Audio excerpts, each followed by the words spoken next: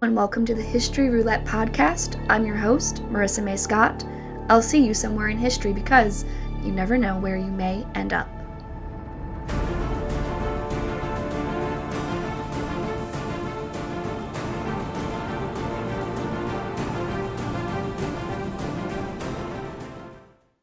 Hello and welcome back to History Roulette podcast. I'm your host, Marissa. I'm so excited that you're tuning back in. Let's get lost in history because you never know where you may end up. So, I don't know about you, I don't know where you're listening from, watching from, but the weather here is really nice. It's very fall here in Virginia. I woke up with it feeling like fall. So I hope that the weather where you are is doing great. Anyway, I digress. Let's move on. Today's topic. I asked my sister, what should I talk about today?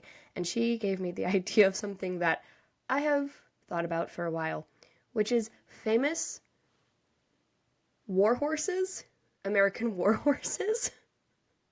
This started back at the museum when my coworker and I started down a rabbit trail of what the generals named their horses in the Civil War, because as you may know, you may have learned about them in history.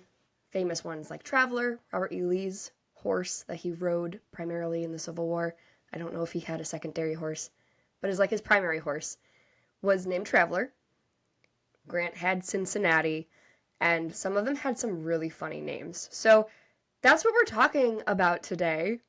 And who knows where we may end up. So let's just jump out the gate and talk about some Civil War horses specifically. Again, that's my area of study. I'm familiar with, I know them. It's a good place to start. Start with something that always intrigues you or that you're familiar with, because you never know where that's going to lead next. So, I typed in famous general horses, American general horses, or something like that. And of course, a lot of Civil War horses came up. And so we have an article from the Smithsonian, Famous Horses in American History. There was a famous racehorse named Lexington.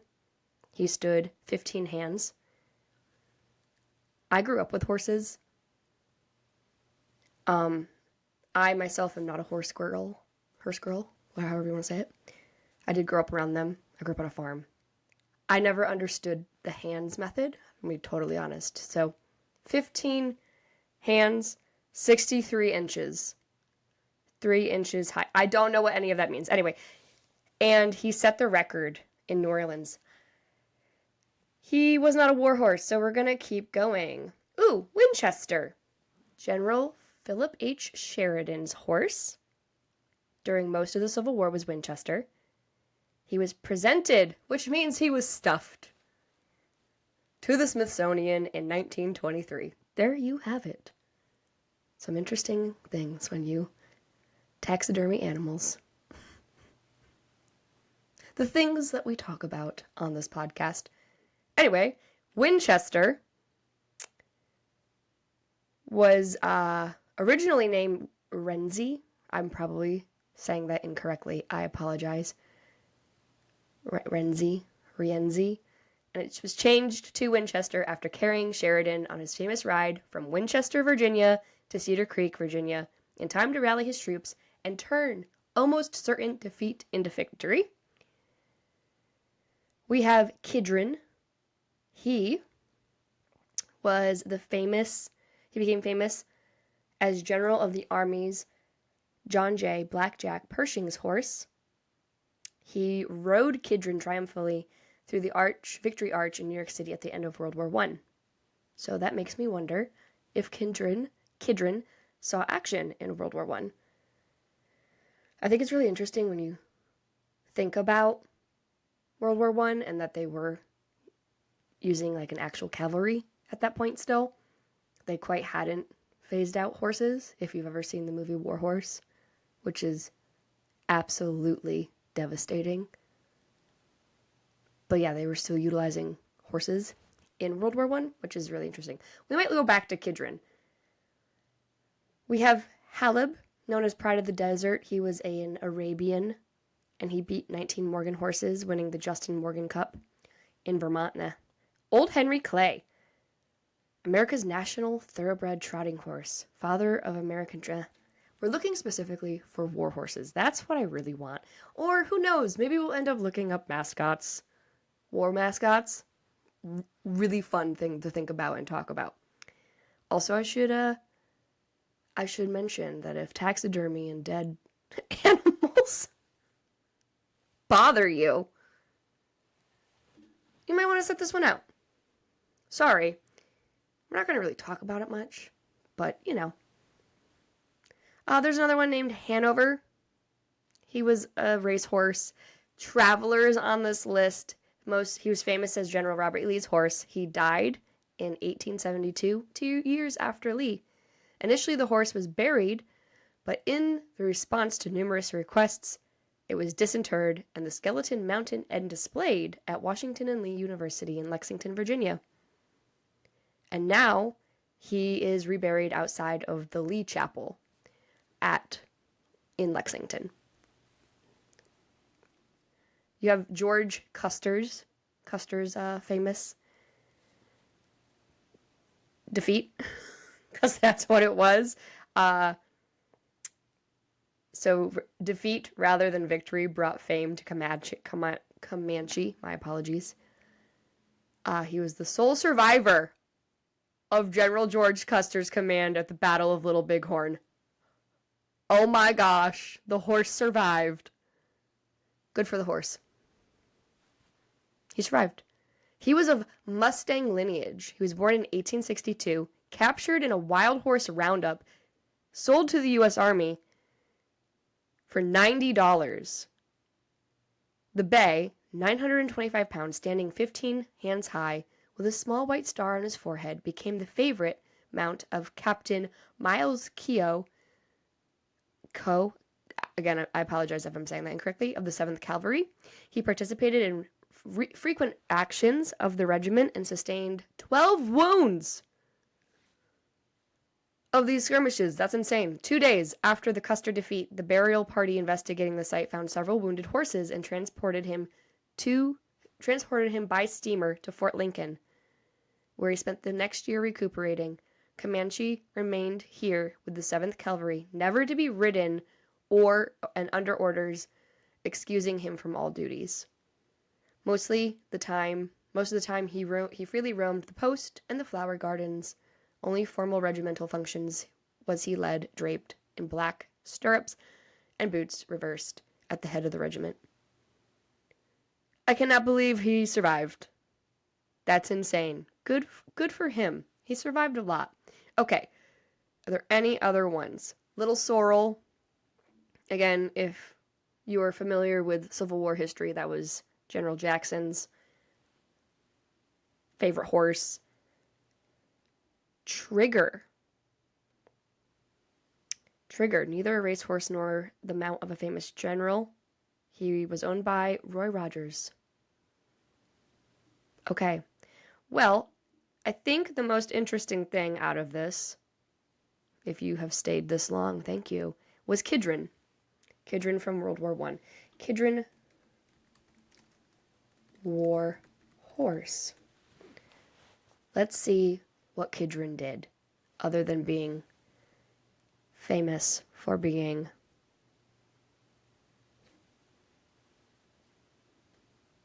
a war horse to General Pershing. Let's see. No release for Kidron. New York Times. New York Times is going to be behind a paywall. Okay, there's really not a ton. Oh my gosh. Find a Grave. I love Find a Grave. It's honestly such a fun way to do research if you're like looking for someone in particular. And he has his own page on Find a Grave. Warhorse Kidron. There's nothing. Nothing is there. He was born in 1907 and he died in 1942 in Front Royal, which is not too far from where I am. but I want to know more about him. Oh, wait. Here it goes. So this bio, now I have looked up. There isn't a lot about the warhorse Kidron, so I don't know. Use your discretion when you listen to this. He was ridden by General John J. Pershing in some of his early military campaigns. He became famous during World War I when used mainly as a ceremonial animal. During this war, new weapons of war provided devastation to cavalrymen and their mounts. Battlefields were demarcated by impenetrable barbed wire machines. We all know that. The horse's utility in battle was over. Again, which is so interesting why they were continuing to use horses in this particular war. The death of a lot of animals drastically reduced the world's equine. Kidron caught attention of Americans from photographs showing the general astride the animal, first in the victory parades on the Comp, I believe. I don't speak French. I'm trying. In Paris, and then the triumphal parade through the Victory Arch in New York City at the conclusion of the war. So, from the sounds of it, Kidron actually was on the overseas in France and in action of World War I. I would like to know more, though. John J. Pershing's. This is found on WordPress. Let's see if this article has any sites and sources, if it will open up. While that's doing that, let's see of anything. I think from here, if we can't find anything more about Kidron, I'm just going to share a few more of the names from the Civil War. Because there's some ridiculous names. Even though I kind of want to know what George Washington's horse's name was. If he had a name, if it had a name. Nelson. Well, I just answered my own question. This is found on AmericanCowboy.com. Horses of War. From George Washington's beloved sorrel to a little mare who braved the front lines of the Korean War. Here are 5 unsung equine heroes of war. Here we go. Nelson, 1763 to 1790. Considered the best horseman of his age by Thomas Jefferson, President George Washington was widely renowned for his incredible riding prowess, as well as being a fine judge of horse flesh. I don't know what that means. One of his favorite mounts was a tall sorrel named Nelson. What a name for a horse. Some of these names, they bring me joy. He was gifted to him in 1778 by Governor Thomas Nelson of Virginia. Washington had been looking for a new horse to see him through the Revolution, and in gratitude named the new war horse after the governor. Interesting. Although it was another of Washington's horse's blue skin, who was often memorialized by artists thanks to his striking gray color. Nelson was Washington's favored mount during battle, as he was far less likely than the jumpy gray to startle at the sound of cannon fire. Indeed, Nelson carried Washington through much of the Revolutionary War. In fact, Washington chose to ride Nelson during the history-changing surrender of Lord Cornwallis and the British Army in 1791. There you have it. George Washington's favorite horse during the Revolutionary War. His name was Nelson. What a name! We have Traveler, we have Comanche, which we've already talked about, Blackjack. Who is Blackjack? A riderless horse. Okay. A riderless horse symbolizes the rider's last journey. Okay, so he served as the riderless horse for more than 1,000 armed forces' funerals. So he wasn't meant to be ridden. So he served the military in a non-combat function. Possibly. You know what I mean. I hope you do. Sergeant Reckless. Sergeant Reckless, the plucky little mare that became a beacon of hope for embattled soldiers during the Korean War, was bought for $250 from a young boy at the Seoul racetrack, trained to be a pack horse for the recoilless rifle platoon. I apologize if I said that incorrectly. Anti-tank company, 5th Marine Regiment, 1st Marine Division. She soon became a unit mascot. Guys, friends, listeners, I love animal mascots. So we're going to be looking that up in a minute after we finish about Sergeant Reckless. So she was a unit mascot who brought them joy. What else did she do? A notorious eater, Reckless was known to eat everything from scrambled eggs to chocolate to poker chips, at least $30 worth. Her military role was to carry supplies and ammunition to combat zones, and if necessary, evacuate the wounded. She knew the routes from the base to the front lines so well that she was often able to travel them without a handler. The pinnacle of her military contribution occurred in March of 1953 during desperate fighting at the Battle of Outpost Vegas. On March 27th, Reckless made an incredible 51 trips to frontline units carrying 386 rounds of ammunition, nearly 5 tons, through enemy fire. Oh. Did she survive the war? She did. She survived. She retired a war hero on November 10th, 1960, with full military honors. Okay, so real quick, I'm going to go back to see if... No, it would not come up. So, Kidron, we're moving on. Sorry, Kidron. We're moving on. We're going to, with the last few minutes that we have, just because animal mascots, like for war, is honestly my favorite thing. And I'm going to share one of my favorite stories of an animal mascot. And if you are unfamiliar, strap in. Douglas the camel. Douglas the camel.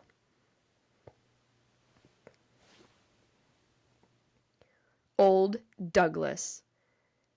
And this was a real thing. Douglas the camel was real. Okay. R.I.P. Douglas. You're going to find out why. Okay, this is found on visitvicksburg.com, if that gives you any indicator of what time period we're going to be in. I wonder. The Civil War. So, I don't want to stay in touch. So Douglas the camel, or Old Douglas, was a domesticated camel used by Company A of the 43rd Mississippi Infantry during the Civil War. Because Old Douglas, the 43rd Mississippi Infantry, came to be known as the Camel Regiment. Yes, there was a camel during the Civil War. Douglas was originally a part of the U.S. War Department program called Texas Camel Experiment. It was believed that camels could be used as possible alternate to horses and mules. Jefferson Davis, who became the Secretary of War in 1853, was a strong believer in the use of camels in military operations.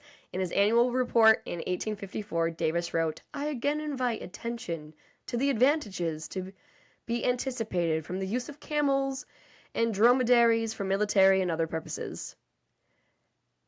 Congress appropriated in March of 1855 $30,000 for this project.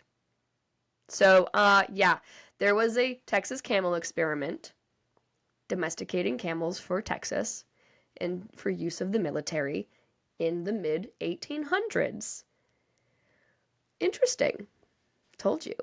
So, they purchased 33 camels and they brought them back.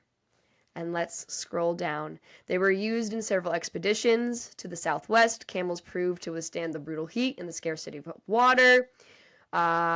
Scroll. It is not known how Douglas Camel came to serve with the 43rd Mississippi Infantry.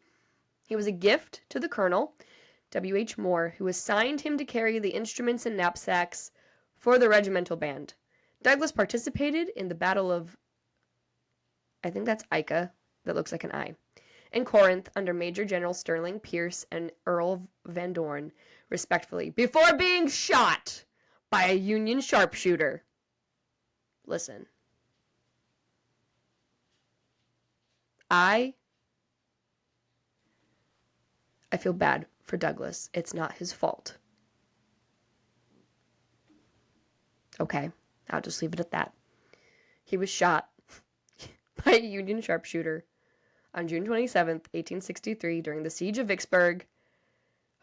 He broke free of his tether, and however, on that day, he wandered on into no man's land between the Union and Confederate armies and paid the ultimate price. And you can visit his grave in Vicksburg.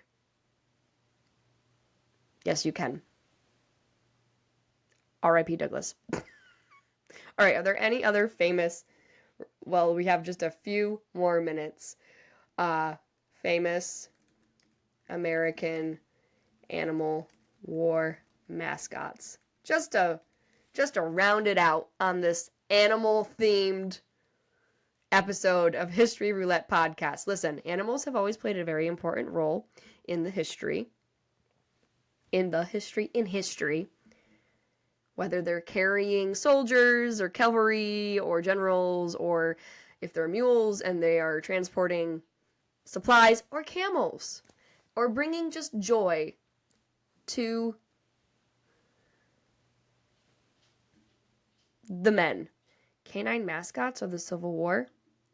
Why not? This is found on NPS.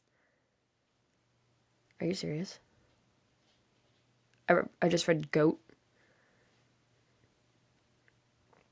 Let's see what it says.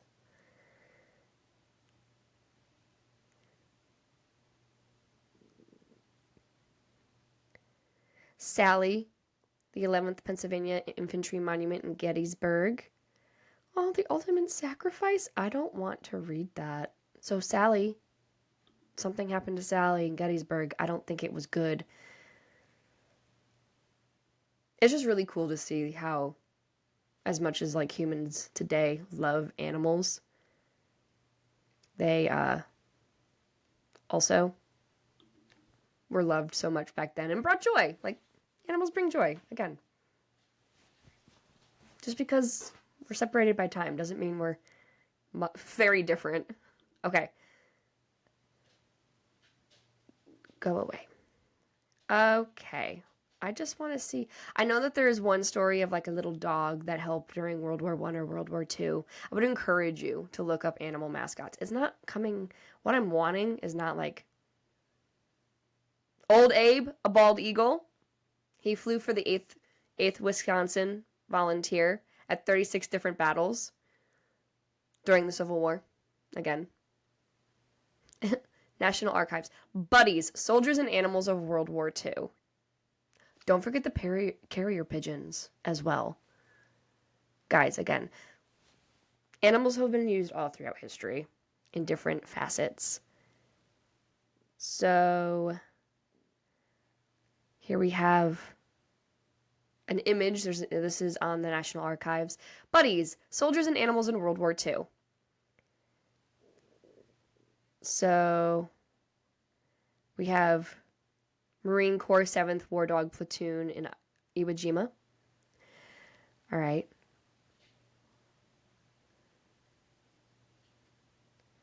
Kittens are found, So many U.S. military units in World War II adopted animal mascots. Though traditionally considered bearers of good luck, these mascots were really pets who belonged to all the men of the squad, company, or ship.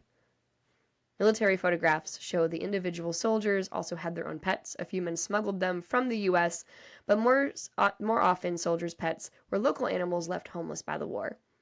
For the adopted dog, cat, or bird, being in the soldier's care meant survival. For the soldier, a pet meant comfort and companionship on war's brutal battlefields. Buddies commemorates the heartfelt, enduring relationship between soldiers and animals during World War II. That's endearing. So yeah, I would encourage, this was just a fun a fun episode looking at some fun things. Because again, who doesn't like talking about animals? So yeah, I hope you enjoyed it.